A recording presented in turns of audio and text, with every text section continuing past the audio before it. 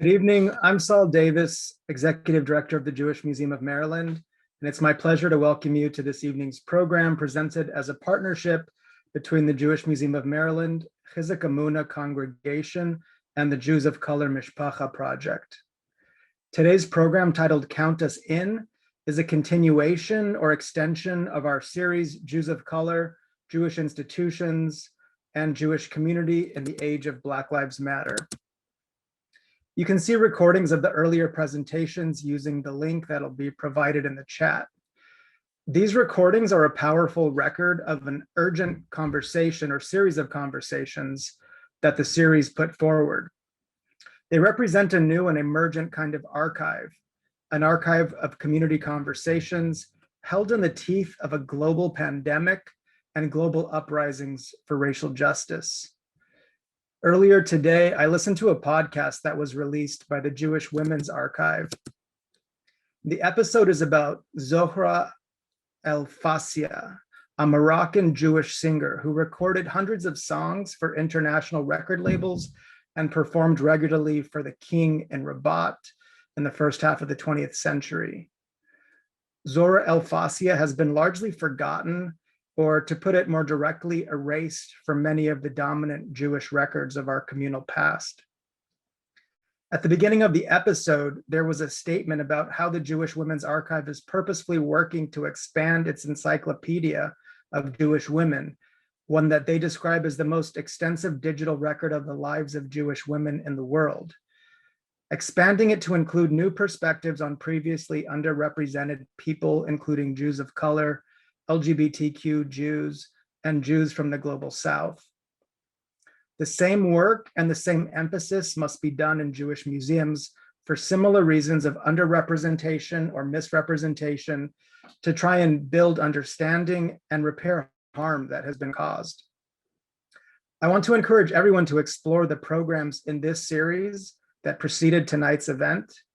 Even if you attended the first time, the conversations are so deep and meaningful, they call for repeated listening. In fact, in preparing for tonight's program, I re-listened to a conversation that Ilana Kaufman had with the folks at Judaism Unbound, that's another podcast reference, in July of 2020. And I remember how moved I was by the conversation then, and it opened me up to new things on re-listening recently. Now I will share bios of our conversationalists. Dr. Harriette E. Wimms is a Maryland licensed clinical psychologist who specializes in providing compassion-infused assessments and therapies to children and families across the age span. She is currently a clinical assistant professor of psychology at Loyola University, Maryland, who is also the founder and clinical director of the Village Family Support Center of Baltimore. Dr. Wimms was the recipient of the Maryland Psychological Association's 2018 Grady Dale Jr. Award for Outstanding contributions to diversity in psychology, Diversity in Psychology Award, sorry. She is a rising Kohenet, completing her training at the Hebrew Priestess Institute. She is chair of the Ritual Committee and member of the board of Hinenu, Baltimore Justice Stiebel, and the founder of the Baltimore Jews of Color Community Havruta. Ilana Kaufman is the executive director of the Jews of Color Field Building Initiative. The initiative hosts the nation's first and only philanthropic fund dedicated to Jews of color. And the initiative's work focuses on grant-making research and field building and community education. Before joining the Jews of Color Field Building Initiative, Ilana was the Public Affairs and Civic Engagement Director, East Bay, for the San Francisco Bay Area Jewish Community Relations Council. Ilana also served as a program officer at the San Francisco Jewish Federation and Endowment Fund. Ilana's work has been featured in the books Black Power, Jewish Politics, and Moral Resistance and Spiritual Authority. She has been featured in the Jewish Times of America and has published articles in the Forward, E-Jewish Philanthropy, and the Foundation Review. Ilana is also a nationally regarded thought leader on the importance of grappling at the intersection of Jewish communities, Jewish identity, and racial justice. and has been featured on NPR's All Things Considered and Code Switch, and in the series Eli Talks Inspired Jewish Ideas. Her talk titled Who Counts?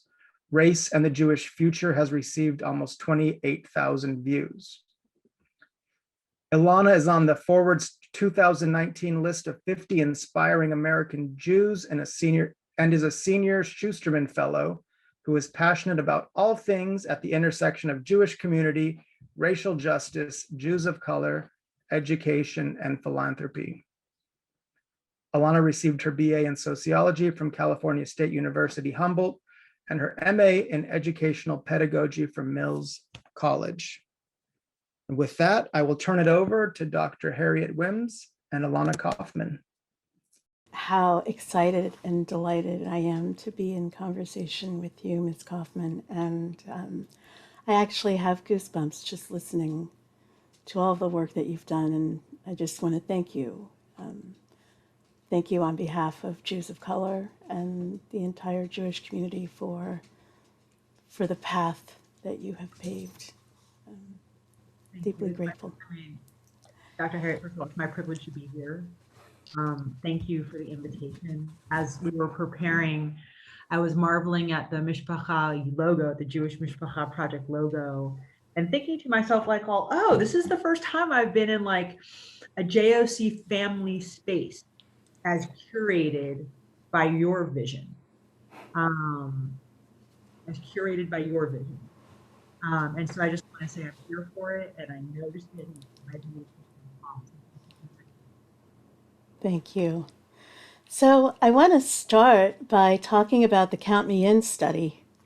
And if you could share with us the reason why the study was initiated and what we can look forward to hearing about the study. Sure.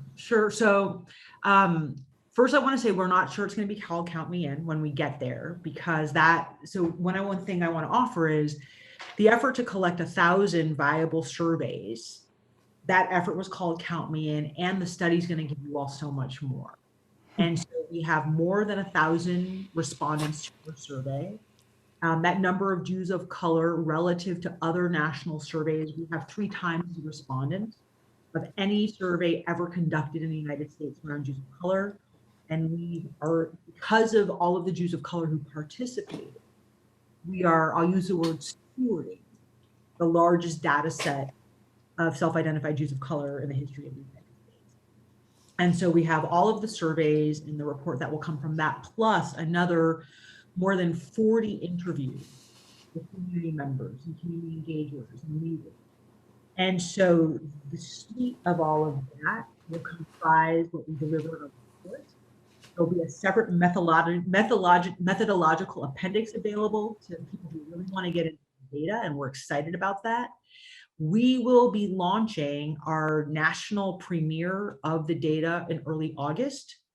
And so please look out for that. We want to let Pew have its moment. We want to let everything happen. And then we're going to send out a save the date pretty soon, letting you all know about our premiere of that data. And I'll say a couple more things and invite you to ask some more questions and push a little bit, because I don't want to say more. I don't want to say too much because we haven't, it's not public yet, but here's what we know.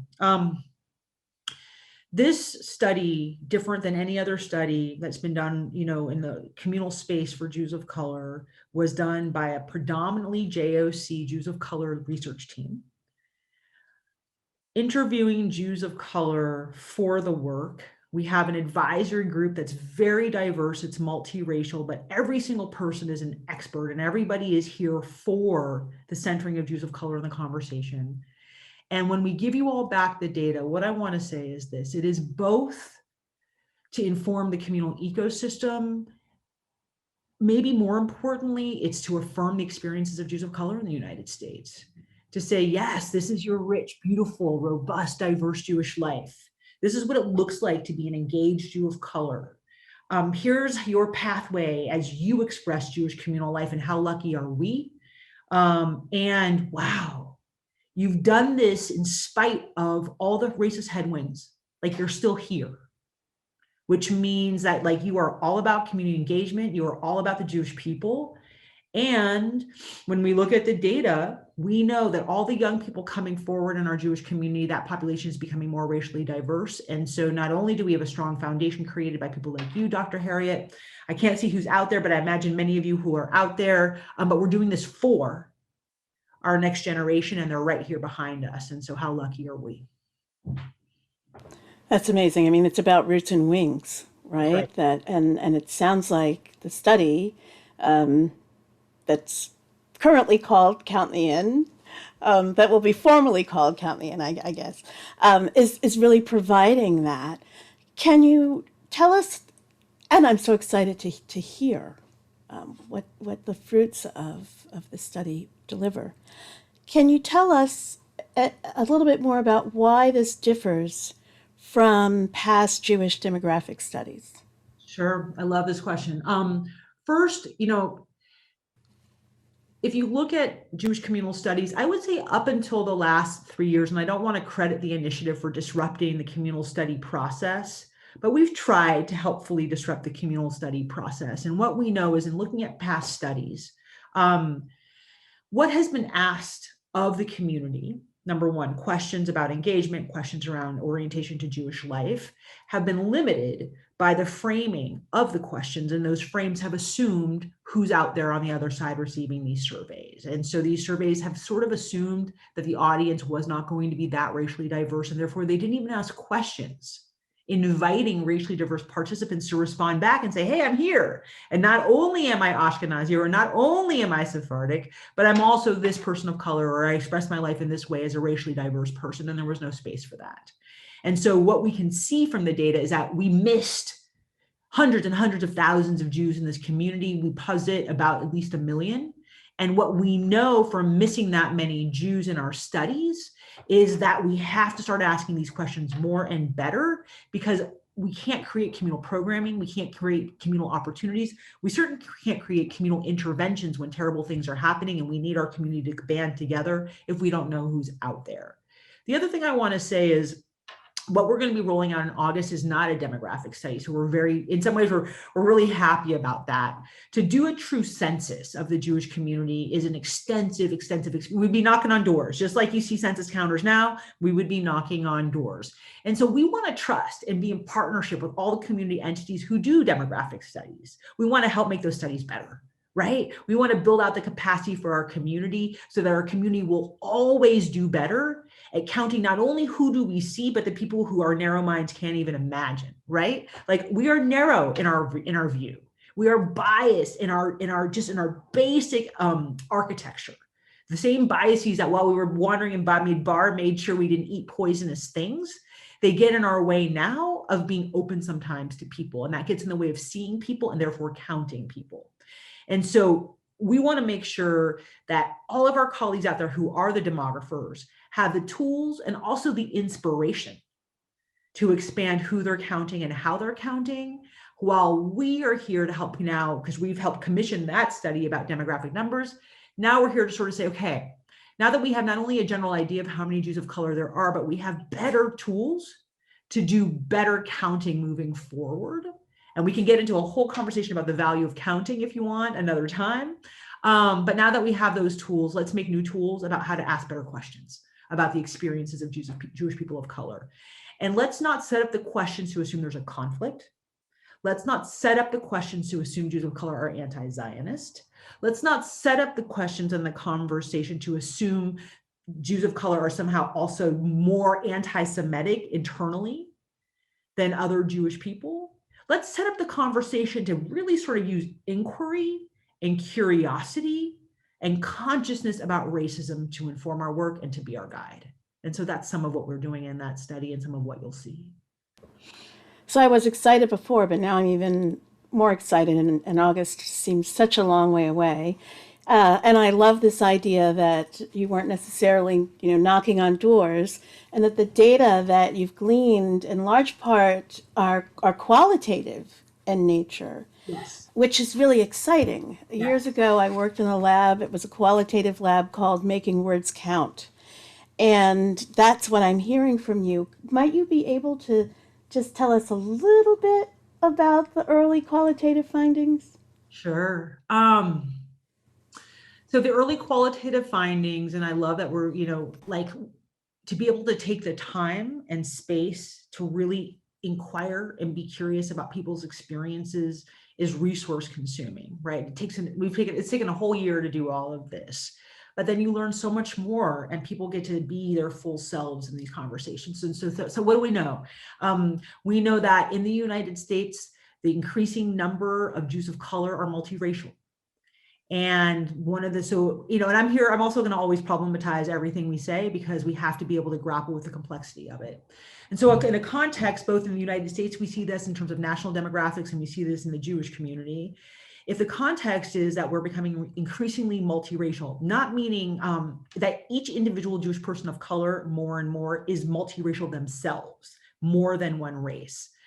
How do we make space for all that emergent identity in a context where we are part of the United States, so we still have to deal with anti-Black and brown racism, right? And the way racism impacts and affects Jewish people of color across the diversity of Jewish people of color is different. In the same way, the most potent kinds of racism map onto Black men in the United States, for example, they map onto Black Jewish men in the United States, for example, too. And so we really need to talk about the impact of racism and also the reality of the diversity of Jewish people of color in the United States. And again, that largest group is multiracial. We know from the data that overall, the majority of Jewish people of color self-identify as Ashkenazi. And so that invites all kinds of inquiry in addition to you were adopted. Is that your pathway as a Jew by choice? Is that your pathway as a Jew by birth? Is that your pathway as a Jew by adjacency? Is that a pathway because you just went out and looked at different forms of Judaism? You were born Ashkenazi, or you were born Sephardi or Mizrahi, but then you moved into an Ashkenazi community. So there are stories to tell in there, and we're going to see some of those stories in the data. But if you look at sort of ethnicity, and you sort of look at another side of the data point, the other thing you see on that same data set is an increasing number of Jewish people of color self-identify as more than one Jewish ethnicity. And what's interesting about that is we see that in Israel more often than not, where you see people who very naturally are just bi-ethnic by their family background. And it tells the same story here in the United States of the Jewish people becoming increasingly diverse, commingling across the Jewish community and inside and outside of the Jewish community. And so how we express our Judaism and how we hold our Jewish identity just becomes richer, more complicated. And I want to flag, not in competition. No one in this data set says, and I feel pulled or torn by my own identities. They do say, I feel pulled and torn by how other people perceive me, but they don't feel pulled or torn in terms of their own identities. Another really important data point is one of the most important experiences a Jewish person of color can have to keep us tethered and connected to our Jewish experience is being around other Jewish people of color. And so, and I appreciate Saul's very generous introduction with my bio. But one of the things I asked in my Eli talk was this question around the importance of doing this work and being with other Jewish people of color, and what happens when we are not in communal space with people like ourselves. Not only because it's important for identity development, and we can just point you to all the research about that, but we want to be in communities that reflect us and represent us and help us thrive. And when we don't have the opportunity to be part of a racially diverse Jewish community, we as Jewish people of color we are made to be small, and we are forced to be small in a context where our spirits are much larger. And so again, the importance of Jews of color being in communities with other Jewish people of color is really important. And so, I once asked, maybe we don't have an engagement issue, maybe we have a racism issue. And if a lot of people want to be engaged, but there's a headwind out there that's pushing them away because it's either active racism, it might be subconscious racism, or it might be the racism of omission where we just don't have people of color because we've kept people of color away. Those are all going to be obstacles to Jewish people of color wanting to be part of the Jewish community.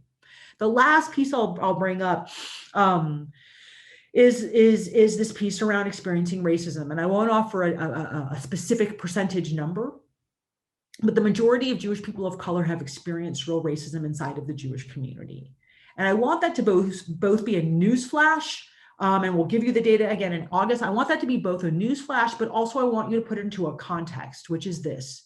Of course, Jewish people of color have experienced racism in the Jewish community because we're in a community specifically in the United States that is so deeply informed by the United States itself, which is a racist structure. It's a racist country. It was built upon racism to be able to function. And we can go into that history lesson if you want to. But let's just assume that's a fact, like science is real. In which case, yeah, of course, the Jewish community has been informed by and affected by and perpetuates racism. We can see the great impact on Jewish people of color, and still we're here. And so I'll end on the up note of the data, which is you have this like one of the strongest, most dedicated groups of Jews in the United States. And when you think about Jewish people of color are disproportionately engaged. Jewish people of color are disproportionately learned. Jewish people of color have disproportionate traditional educations in the Jewish community, and Jewish people of color are disproportionately committed to Jewish life. We did not ask about Israel, but what I will tell you, maybe I'll end here then, sorry, I've gone on. When we were doing all of the interviews, we did not want to front load Israel because we don't think that because you're a Jewish person of color, for some reason, you're more Zionist than others, right? Like we don't play into or buy into that thesis. So many Jewish people of color have experienced being assumed to be anti-Zionist, wrongly assumed to be anti-Zionist, that many of our interviewees asked us to build in a question into our question set to ask them if people ask them about the relationship to Israel and Zionism, because that's been such a frequent experience. And so we actually ended up adding a question to our question set at the request of those who were surveyed or interviewed, because they have been so often assumed to be anti-Zionist when they're not. I've said a lot, let me stop there. Wow. So I'm thinking back to graduate school and about the iterative process of qualitative data. And there you go. I mean, you've just made what I learned, you've just brought it to life. And I want to also say that hearing you say that fills me with pride. And so I'm looking forward to the findings being disseminated, because while Jewish people of color may be also experiencing the othering, that's how I call it, that we also have so much to be so proud of. That's right. That's right. That's right. You know, I mean, Dr. Harriette, I love that. And let's just go even further. I was with a group of 12 Jewish leaders of color once and a group of funders, and we were in a very complex conversation, and all of the colleagues of color were like, just like referencing all of these Jewish scholars and referencing all of this Jewish text. And one of the colleagues sort of, who was not a Jewish person of color, who was Jewish, sort of said like, why do you know so much? And then like, how do I take a lesson from you? And so when we really see each other and let each other fill up our own spaces, we then begin to exchange gifts. And that's a very sweet thing. Absolutely. I remember January 2020, when you came through Repair the World Baltimore and Bolton Street, and I stood up and turned around and saw all of those Jewish people of color in the room. I mean, it is a moment that has changed my life, and I'll always be grateful. And what can Jewish institutions do to amplify the local voices, the local stories, the qualitative studies, so that we are aligned with the Count Me In study? Beautiful. I mean, so here's what I want to say.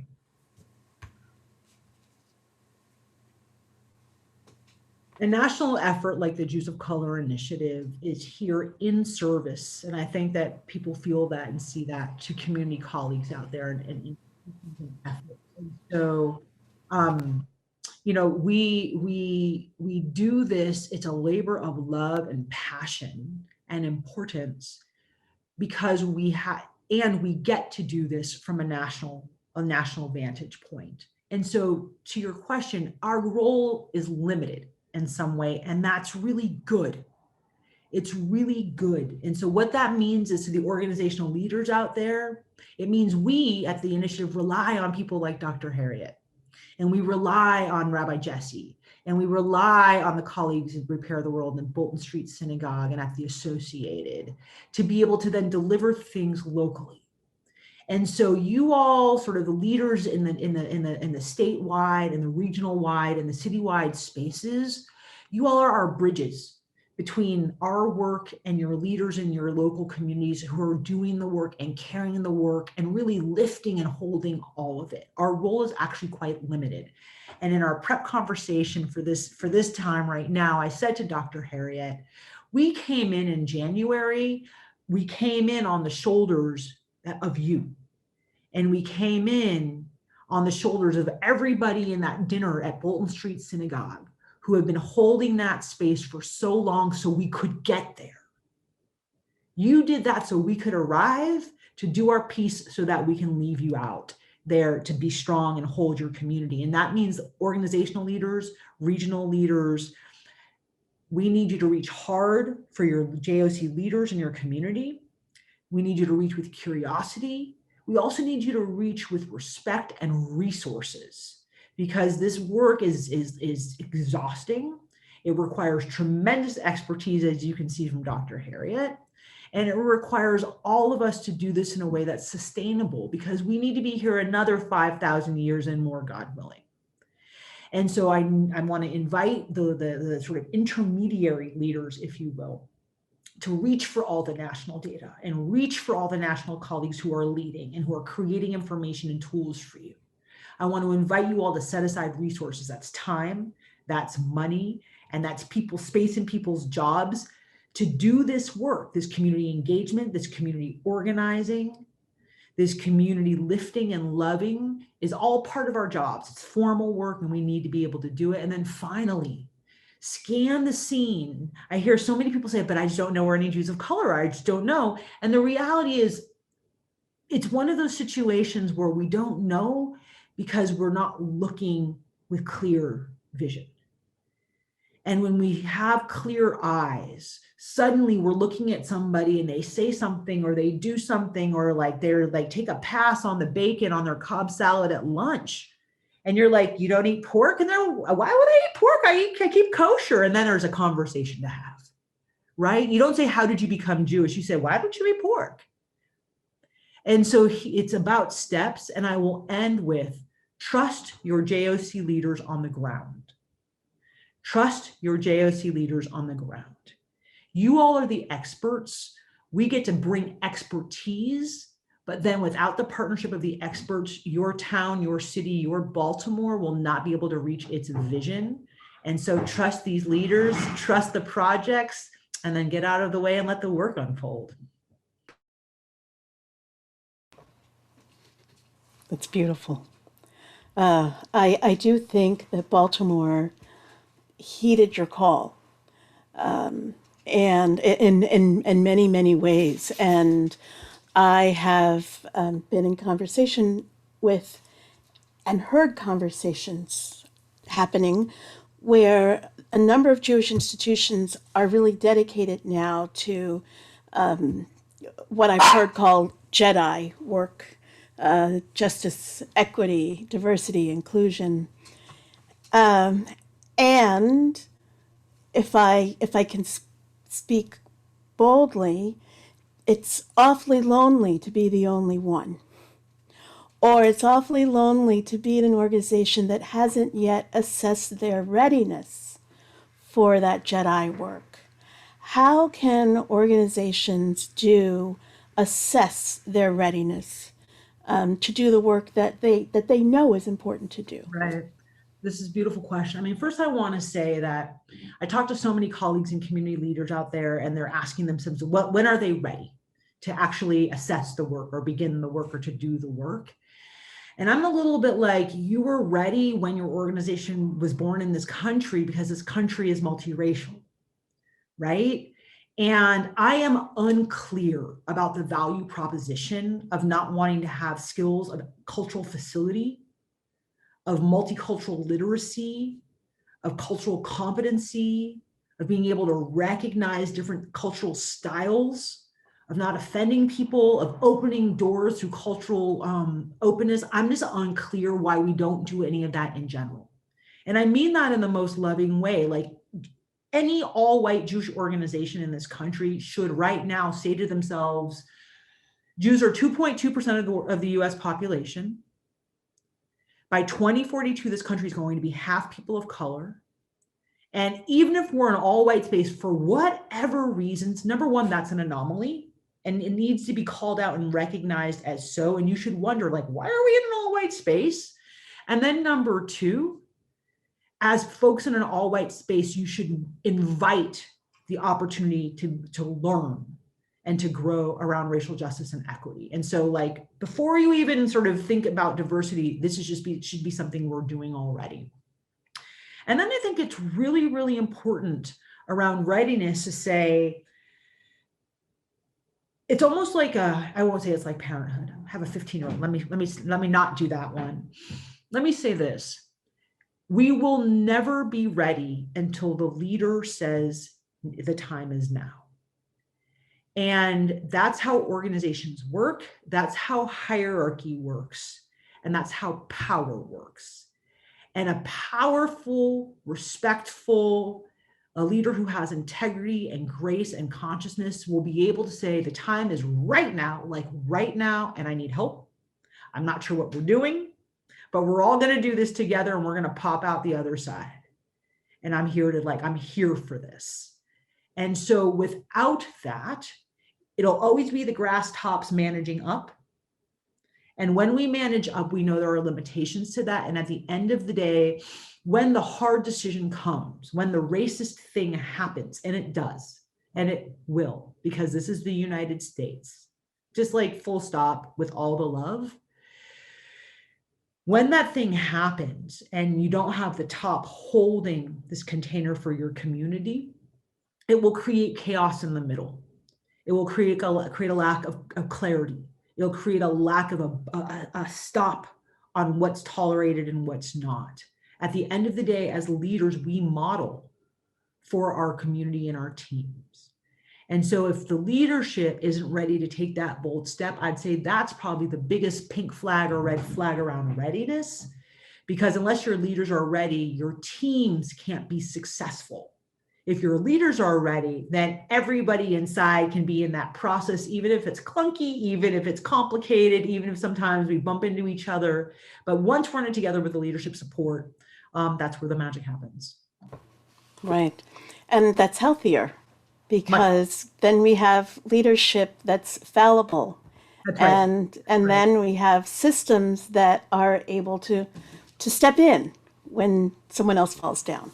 That's right. And I think, from my perspective, this is my own leadership philosophy, but leaders are fallible and we are narrow-minded. And that's why we have amazing teams around us and we get out of their way and we get feedback.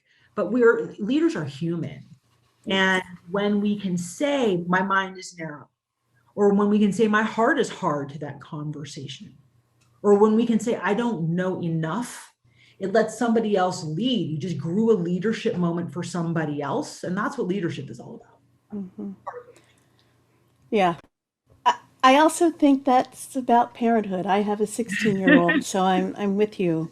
Right on. You mentioned something a few minutes ago about this steadfastness that you found in your study around Jewish people of color and their dedication to their Jewishness. And that sure feels right. And you also are now talking about leadership. And as a Jew of color, as I've been trying to explore ways of lifting up our community, there's also an emotional weight to doing this work. It's exhausting, and it's beautiful. And so can you speak to that and the ways that you and your team have been able to find joy and growth in this work? I mean, again, wonderful question. And I think that it should be assumed that Jewish people of color who are working, and I'm going to say a little W, a big W, informally, formally, I don't want to ascribe, I'm not ascribing value to any of those. Jewish people of color who are working in the Jewish community, it should be assumed that there's a level of labor that really just far surpasses what goes on for your average white colleague. And sometimes it's around educating people. Sometimes it's around translating materials, and you like see an application for something and you're like, if I just take another hour with it, then I can just make it that much better. And I'm the only person in this office who can do that. Or sometimes it's having to create an experience for white colleagues that tends to the whole arc of the range of emotions, fears, maybe sometimes fragilities that might come up when talking about race work versus just being able to have a direct conversation.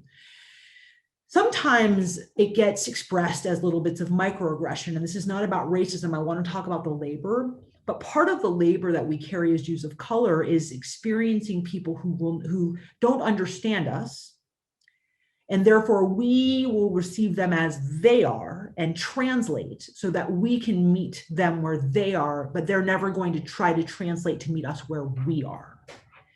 And the impact of that, it's like little flecks of dust falling on you all of the time. And at some point you realize you're covered in this kind of dust that's kind of yucky and kind of it's not healthy for us.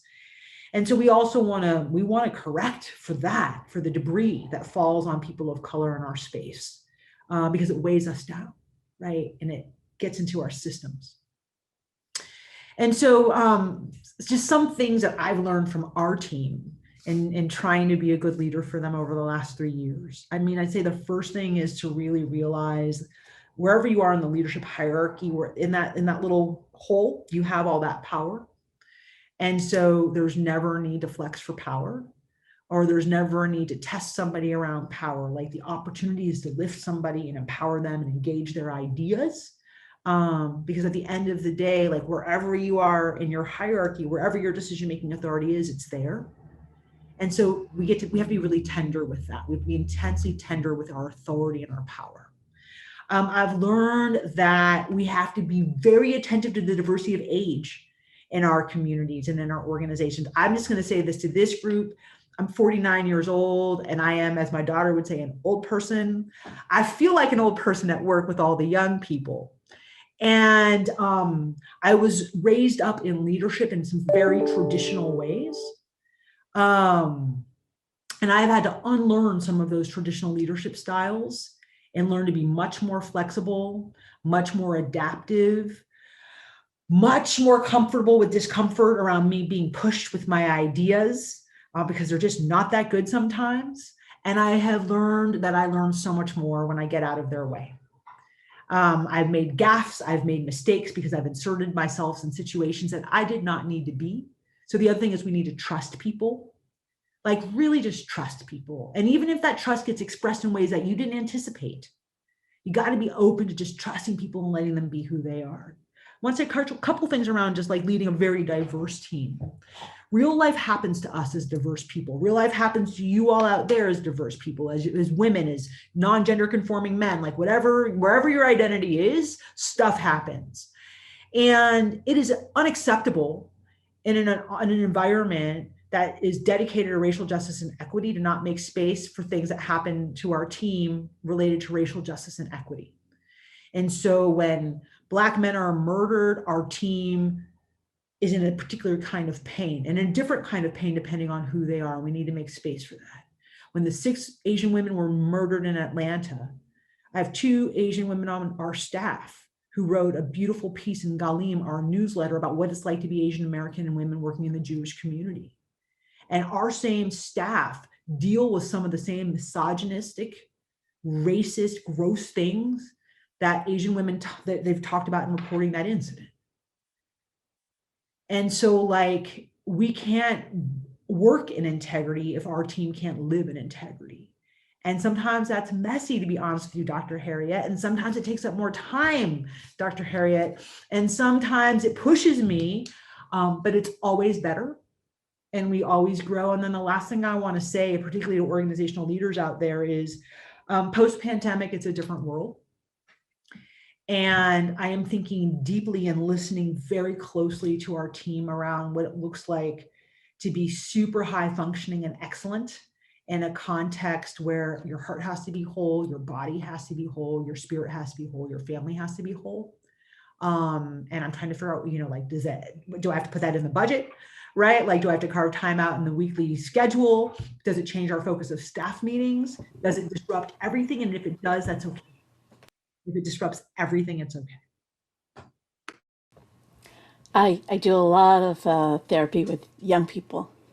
And, they're saying to me, I can't concentrate. I used to do well in school and now I'm not. And I just keep saying, well, where's your mask? Do you ever now forget to go outside without your mask? This is brand new. And so there's a part of you that's dealing with that. So I love what you've just said because it's so incredibly healthy. And sometimes health, you talked about resources, time and money. Sometimes health requires attention with resources, is what I'm hearing you say. 100%. And I will say we've gone as far, and this is just a little peek into our world, but at our last staff meeting, our check-in was like your favorite or weirdest plant in your house. Just around like, how are you taking care of yourself? Or have you been nurturing plants this year? Like, we have the one person who's like, I have no house plants. Like, I will kill my house plant, and so, but like, we talk about each other's plants. We've seen each other's, like, Angel Alvarez Map, our amazing program director and operations director. Everybody knows he bakes challah on Friday. And so we're always checking, but like, this is what lets us be whole. This is where the health is. And if we're not healthy, we can't be excellent at work. So I want to go back a little bit. We were talking about what Jewish institutions can do. And I'm thinking, I recently heard a quote about allyship, and that it's not something that our white Jewish community members do. It's actually an identity that is granted because of work done. And I want to hold up that, my goodness, I have been so lucky to be surrounded by so many allies and accomplices this last year. But how can Jewish communities and Jewish individuals set themselves in a place to be identified as our allies? So I think that, and I want to just sort of, if you'll allow me to sort of, some of you may use the term allies, some of you might use the term accomplices, but I want to get into the physics of what you're asking and what you're talking about. How Jews, particularly white Jewish people, can be allies. And I'm sort of going to say something general, but of course it's about what each individual needs, is to commit to being disruptive and to commit to making other white people uncomfortable. And here's why. Like, first of all, there's no such thing as a non-racist, right? Like, either you're racist or you're anti-racist, and people of color can be racist, white people can be anti-racist. So this is not about that, but like, non-racist is not a thing. And so, like, the idea that you can sort of passively accept racism, you're reading How to Be an Anti-Racist by Dr. Kendi, it's tucked under your arm, you see something that's racist and you're like, that's terrible. And you like go back and read more because that terrible thing happened. I would sort of argue that's not an ally. Like, that's somebody whose hobby is learning about anti-racism. An ally or an accomplice is somebody who takes their hobby, their interest in it, and applies it to where they have levers of power. And it can be at work or it can be at play, but that is the technical difference from my perspective. And when you apply the concepts to levers of power, you disrupt the traditional paradigm.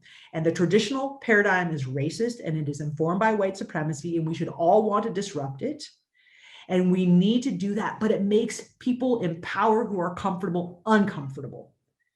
And to be an ally, you have to put the safety and wellness of people of color ahead of the comfort of white people.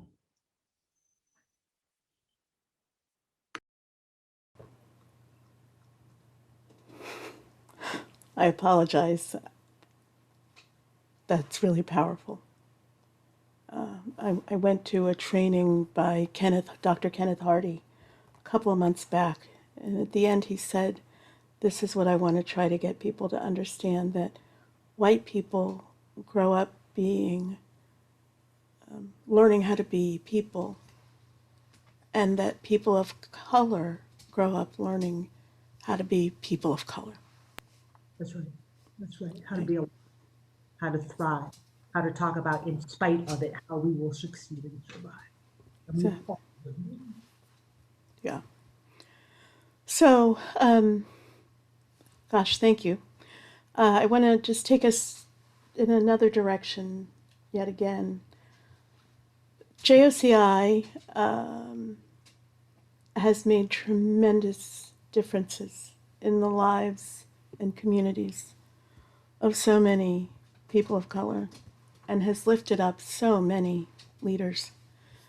What initiatives are being funded now through JOCI, and what can we expect next from JOCI?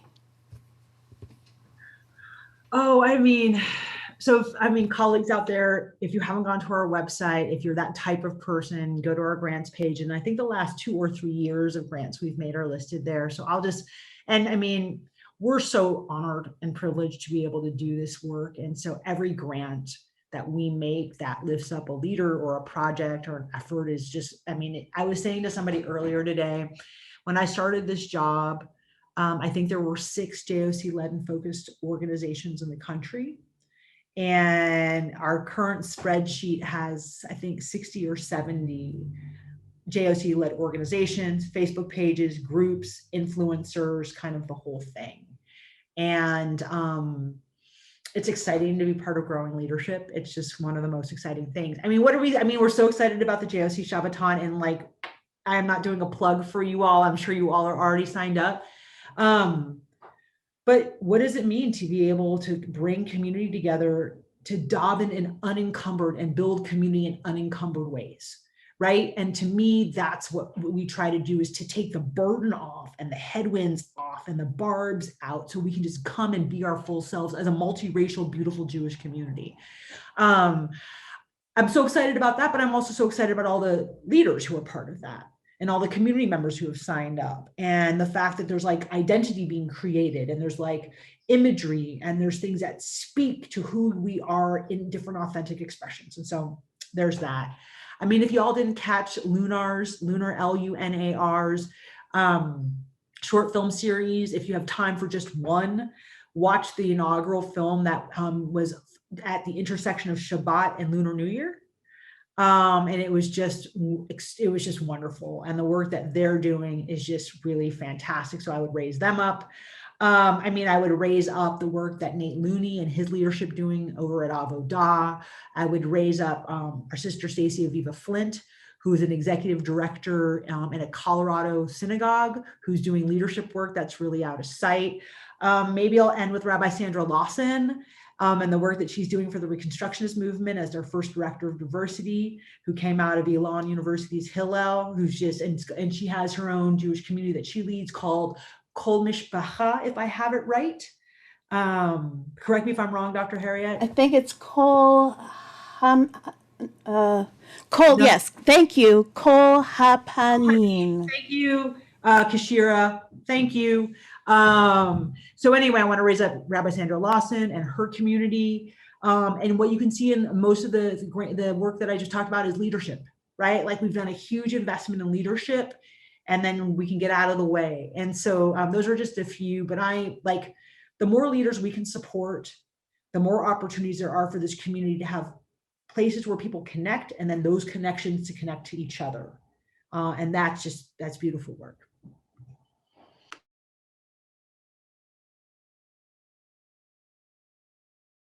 This is not a shameless plug, I promise you, but I want to say, sign up for the Shabbaton. We're actually going to be showing the entire Lunar series. You'll be able to hear from Aviva and Nate and Jen Schlossberg from Lunar, and also from Jam, and it's been beautiful to build community with so many amazing leaders. So it's not a plug, it's just come on and hang out with us, you'll have fun. So here's my last question. Looking down the road in 10 years' time, how do you hope that the landscape will have changed? And I'm also going to say, what parts do you hope stay the same for Jewish people of color? What a rich question. Since she's not home yet, I will say about my child. I mean, so it's funny, when she was in her bat mitzvah training like 2 years ago, they kept trying to kind of force her in a box as a Jewish woman of color, and like, don't you want to talk about racism? Don't you want to? And she was like, no, like, I'm 13, like I have lots of interests and these are the things I want to talk about. And when they were like, don't you want to talk about Jewish people of color? She's like, we have Jews of color at school. Like, I go to a Berkeley public school. Like, I don't need to go to synagogue to find Jewish people of color.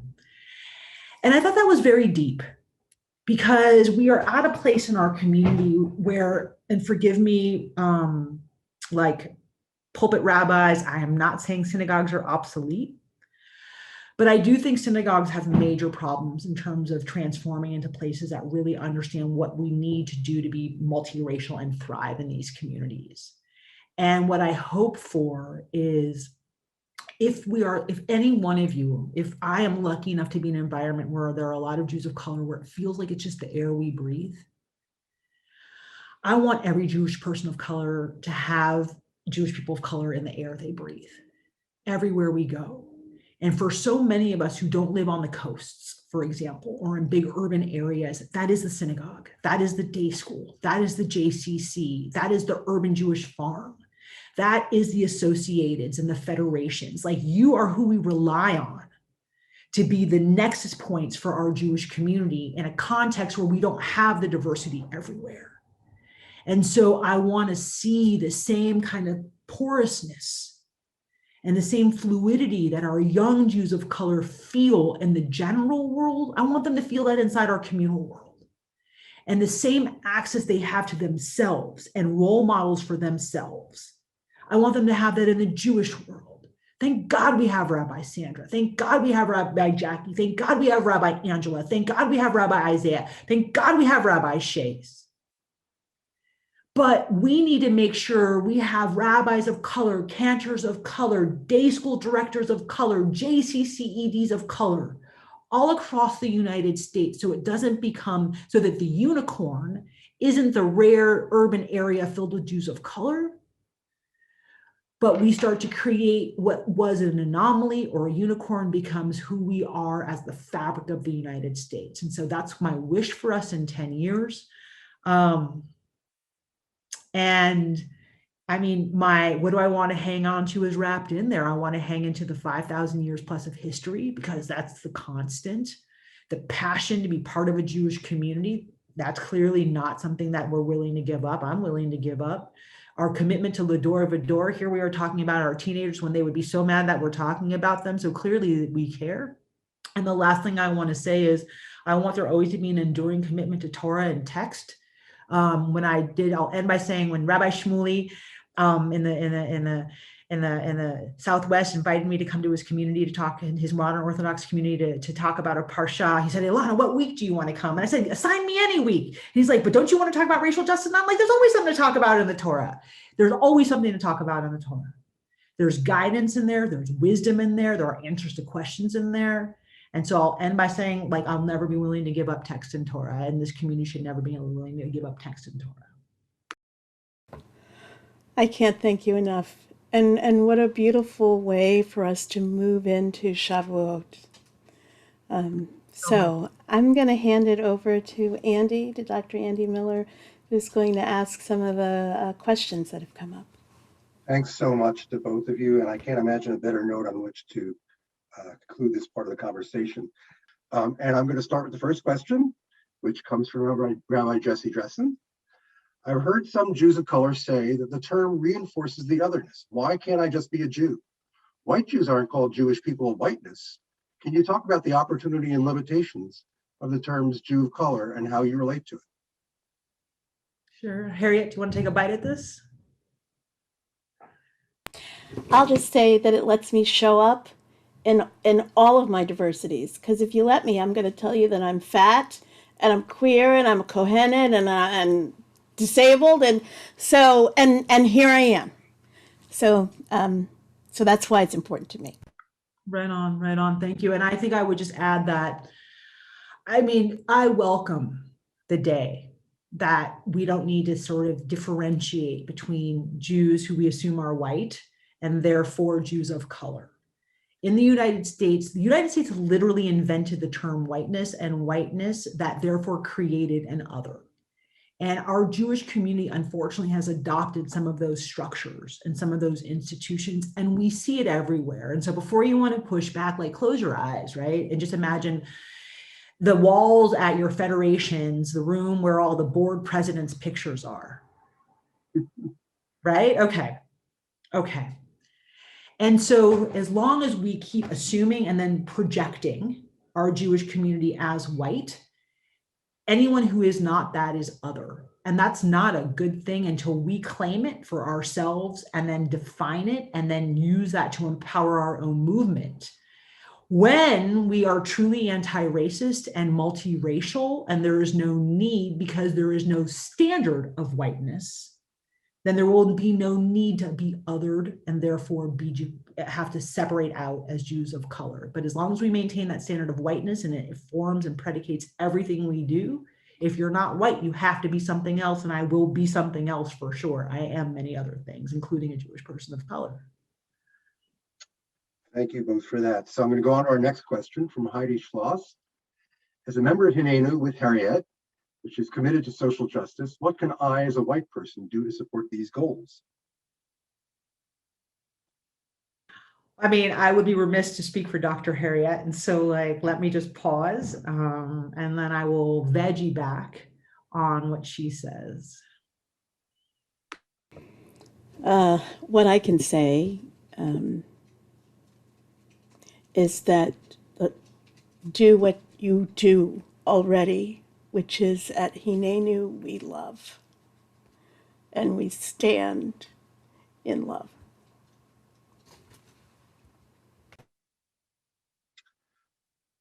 Okay, so I'm going to actually ask one question that got asked earlier and just showed up on this list from Sharon Harris. I don't know if anybody knows the answer to this. How many Jews of color actually show up in Shul on a regular basis? Do we have any idea? Ilana, you're muted. I'm sorry, thank you. I mean, we can look at Pew together and we can look at their methodology before we look at their numbers, and then we can try to understand the methodology and then extrapolate what it means around how they measure engagement. When we bring out our data, we will talk with you about the vast majorities of Jews of color who participate in Shul life.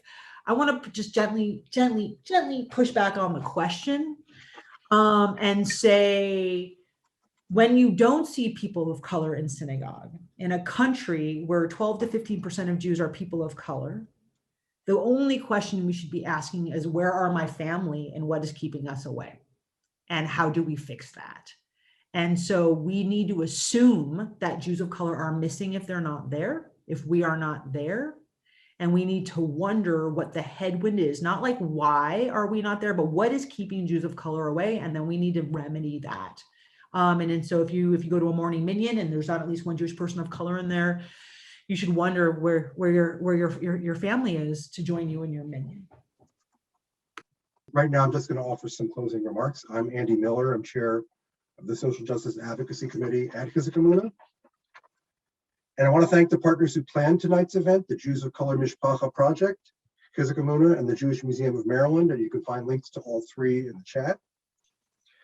And I'm not going to repeat what Saul said about the 9-part series because you heard that already if you were with us at the beginning. But almost a year ago, a group of us began a journey that led to this program.